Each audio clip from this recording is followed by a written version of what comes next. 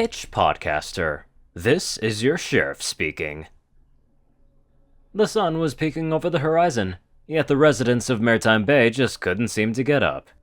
Even the welcoming rays of sunlight poking through the curtains weren't enough to stir the four ponies of the Bright House. In the shared bedroom, Sunny Starscout rolled over.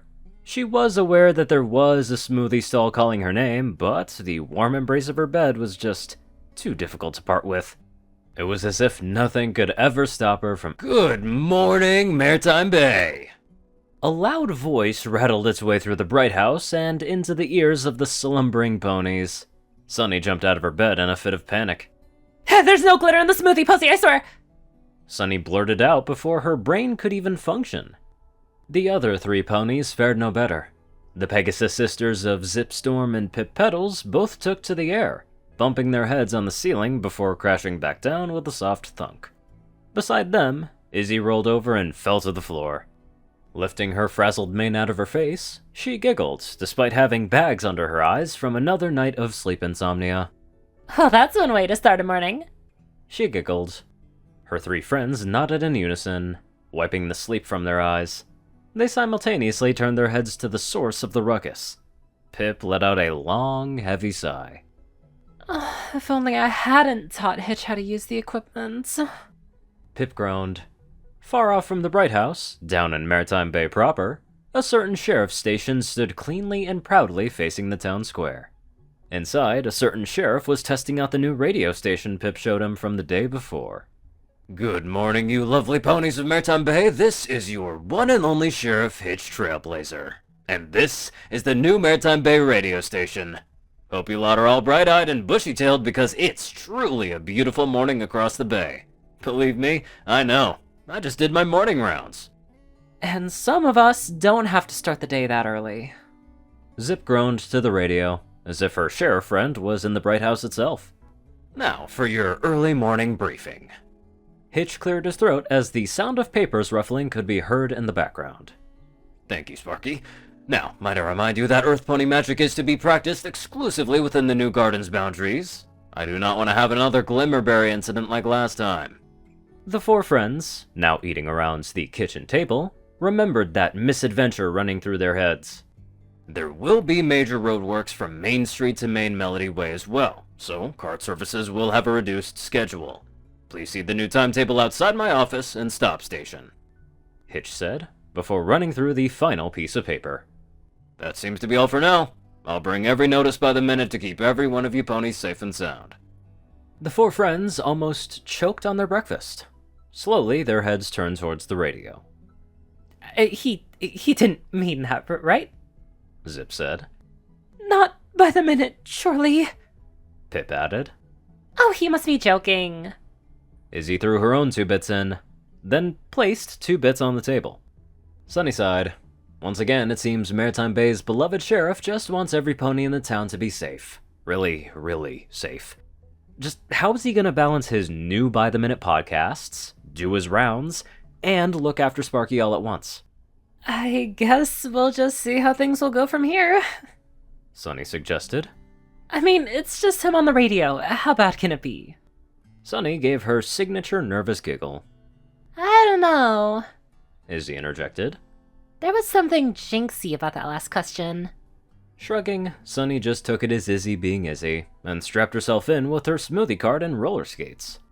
Nodding to her friends, she zoomed out of the front door and followed the winding path towards the town. Locating her usual stand, she loaded everything inside.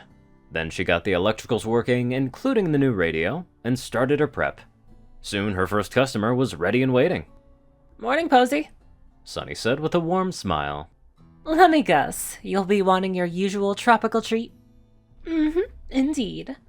Posy smiled as Sunny chopped up the required fruits, plopped everything into a blender, and began to whiz away.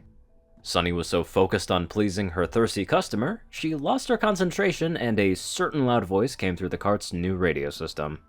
"Hello, Maritime Bay, it's me." The lid came flying off, along with all the blender's contents, right towards the unexpecting customer. Posy stood there, smoothie juice dripping down her coat and onto the ground. Sunny winced as Posy breathed in and out, her face taking on a deep shade of angry red. Sunny knew what was incoming, so she opted for a hasty retreat. Oh, sorry, Posy. Sunny apologized as she reached for the paper towels. Wiping her down, she handed back Posy's bits before racing out of her stall. In the distance, she heard Posy's signature catchphrase echo from behind her. Are you kidding me? Sunny better put a stop to Hitch's minute reminders before something bad happens. The news was important, but by every few minutes, it would drive her crazy.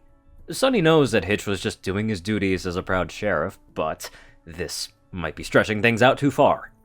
Before reaching the sheriff's office, she had to go past Pip's main melody. Unfortunately, her run was cut short when the doors to the salon threw open, and a distressed customer ran out, her mane a glittery mess. Pip was running after her. Thank you for choosing main melody. Please come again. Pip mustered the best smile she could and waved the fleeing pony away. Turning around, she was relieved to see Sunny. Oh, Sunny, it was horrible. Horrible. I was just about to mix my latest ingredients for, the perfect hair product when Hitch caught me by total surprise on the radio. Instead of a de-stressed treatment, it turned into a re-stressed treatment. Pip was crying waterfalls of tears when she finished relaying her tragic incident. The same thing happened to me. Sunny said before spotting something in the sky. She squinted her eyes before they widened twice the size as she spotted Zip and the delivery Pegasus Fifi coming in for a crash landing before them. Pip, duck! She pushed her friends to the ground as the two Pegasi crashed behind them. They raced over, finding them with their eyes rolling around their sockets and covered in Sunny's latest delivery of fruit. It seemed her new creations would be put on hold. Pony Feather, what happened to you? Pip exclaimed. I don't know. Fifi steadily got up, helping Zip as well. I thought it was a nice idea to install a new radio so my flights wouldn't be so dull, and... Say no more, say no more. Zip waved a hoof. Even as a detective, I know where this is going. We better put a stop to this before any pony else gets hurt. Sunny said, the others nodding in agreement. Together, once Zip wiped herself down, she raced towards Hitch's station. As they headed towards the town square, a familiar friend zoomed past them in her signature motorcycle. Hi, friends! Is this some kind of race? Izzy said, driving beside them. Oh, we're going to talk to Hitch about his new podcast show. Pip said. We think he's done enough, and we're going to do something before he does another show, and we're going to tell him about rethinking the time slots. Oh, good thinking. Izzy said. Dragon sitting for Sparky while I have some unicycling to do at the same time would disrupt my creative flow, you know? You've been dragon sitting for Hitch? Zip asked while she flew. Well, duh, I'm Hitch's official dragon sitter. Izzy said. Just as she finished her sentence, a certain head popped up from behind her, wearing a small helmet and goggles. It isn't fair on little Sparky here to be with me all the time while he has a real dragon dad to look after him. Izzy said. Plus his dragonfire is something else. My latest unicycle jewel-crafting bugs and butterflies kept crawling away from me. How can I spread my crafts if they just walk away from me?